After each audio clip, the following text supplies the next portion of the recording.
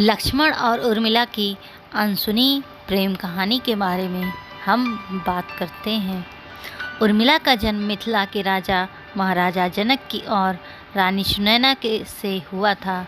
उनकी 4 बहनें थीं, जिनमें से वह सीता से सबसे करीब थी। उन्होंने एक मजबूत बंधन बनाया और एक साथ बड़े हुए।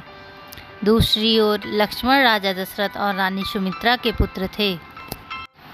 उनके अपने बड़े भाई राम के साथ ऐसे ही घनिष्ठ संबंध था।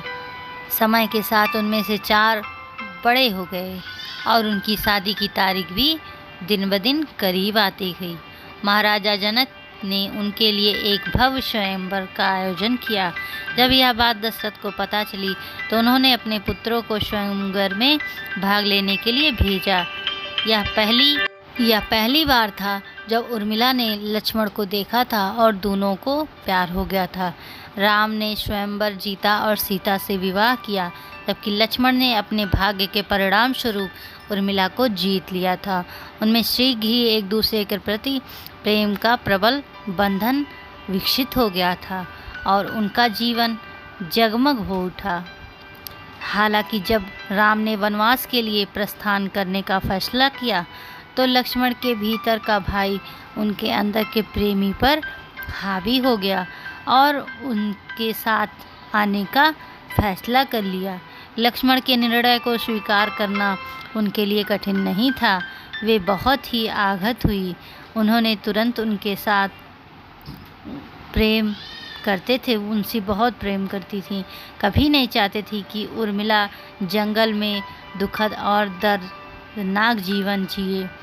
उसने अपनी रोती हुई पत्नी को सांत्वना देते हुए कहा कि वह महल में ही रहें और शाही मामलों को देखभाल करें। उसने भय और पीड़ा से लक्ष्मण की आंखों की ओर देखा।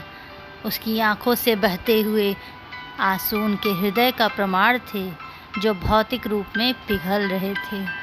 उनके अलग होने के बाद दुर्भाग्यपूर्ण दिन और रातों की नींद हर घंटे उर्मिला को बहुत ही सताती थी। लक्ष्मण ने उनके आंसू पोंछे और उन्हें विश्वास दिलाया कि उन्होंने बताया कि कैसे उनके आंसू अपने बड़े भाई के लिए प्रति अपना कर्तव्य निभाने देंगे। उन्हें अलविदा कहने की ज़रूरत है। बड़ी मुश्किल से अपने आंसुओं को रोकते हुए उर्मिला ने नकली मुस्कान बिखेरते हुए सभी के लिए उर्मिला का बलिदान कम आंका गया है, लेकिन महत्वपूर्ण है कि लक्ष्मण और उर्मिला ने आने वाली पीढ़ियों को सिखाया है कि प्रेम बलिदान का पर्याप्त है और कुछ बलिदान इससे कहीं अधिक मूल्यवान होते हैं। भले ही उनकी प्रेम कहानी व्यापक रूप से ज्ञात नहीं है किसी को, लेकिन जो लोग इससे भी परिचित हैं उनके मन में उनके लिए बलिदान प्रति बहुत प्रशंसा और सम्मान है। उनकी जुदाई ने दोनों दिलों को तोड़ दिया था। उनके अस्त व्यस्त दिन एक दूसरे की यादों और भारी मन के साथ समाप्त होते हैं। उन्होंने जिस पीड़ा का सामना किया है वह चाँद सितारे और उन आँखों को पता था जो कई दिनों से सोई नहीं थी। एक अपने भाई भाभी के प्रति अपने कर्तव्य के प्रति जागा हुआ था, जबकि दूसरा कष्ट में भी था जागा हुआ था।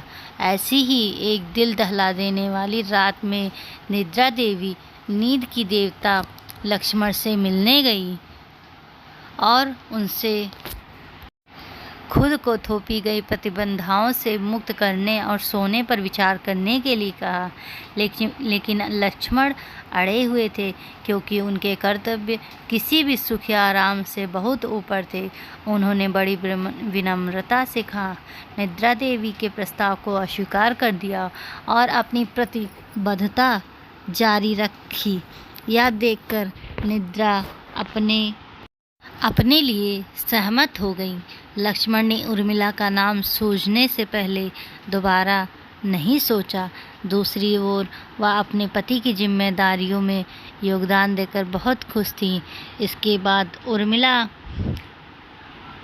14 वर्षों तक सोती रहीं और लक्ष्मण 14 वर्ष तक जागते रहे।